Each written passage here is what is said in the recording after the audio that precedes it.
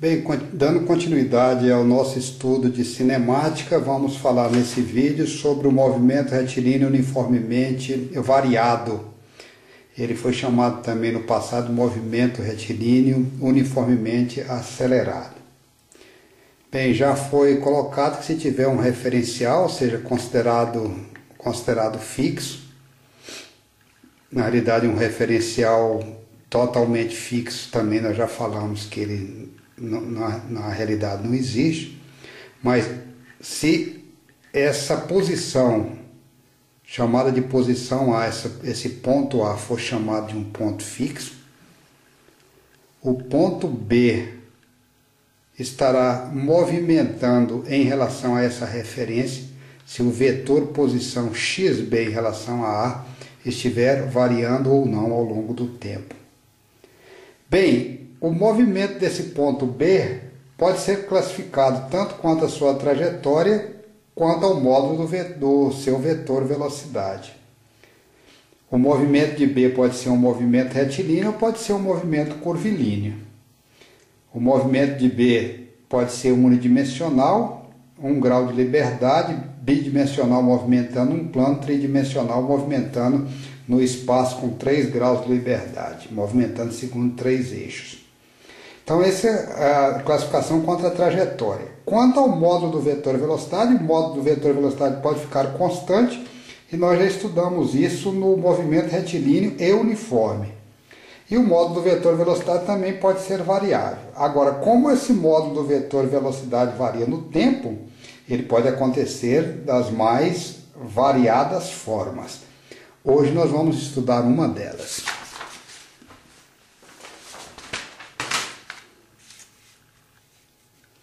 Sigla MRUV. MR porque o movimento acontece segundo a trajetória reta, apenas 1 grau de liberdade, movimenta-se, o ponto material movimenta-se apenas ao longo de um eixo, de uma reta. Então ele só pode movimentar-se para a direita ou para a esquerda, ou para cima e para baixo, ou para dentro e para fora. O importante é que é segundo uma reta. Uniformemente variado. O módulo do vetor velocidade cresce ou decresce uniformemente ao longo do tempo. Do ponto de vista matemático, a gente diz que o módulo de V é proporcional à variável tempo.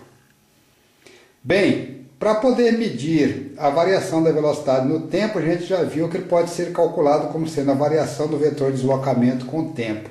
E o vetor velocidade era paralelo ao vetor ΔX, já que ΔT é um escalar positivo. O que vem a ser o vetor aceleração? O vetor aceleração ele é definido como uma grandeza física que tem por objetivo medir a variação do vetor velocidade ao longo do tempo. Então, essa é a função desse novo vetor. Então, nós já temos vários vetores que vão se incorporando nesse nosso estudo da cinemática.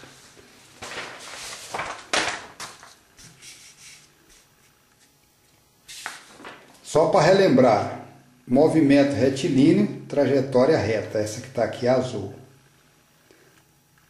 Referência, o nosso referencial tem como origem esse ponto A. X0, vetor posição no instante T0. X1, vetor posição no instante T1. X2, vetor posição. Todos esses são vetores. Variação da posição entre x1 e x0, vetor deslocamento, ΔX, vetor. Vetor deslocamento entre 2 e 1, ΔX, também é vetor. Velocidade média entre 1 e 0, ΔX sobre ΔT, também é vetor. Vetor velocidade média.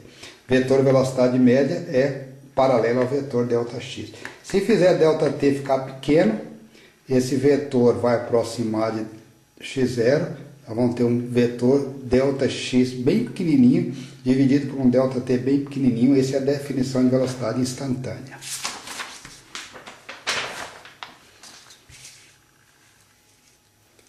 Para encerrar então apenas essa parte introdutória, temos aqui uma trajetória reta.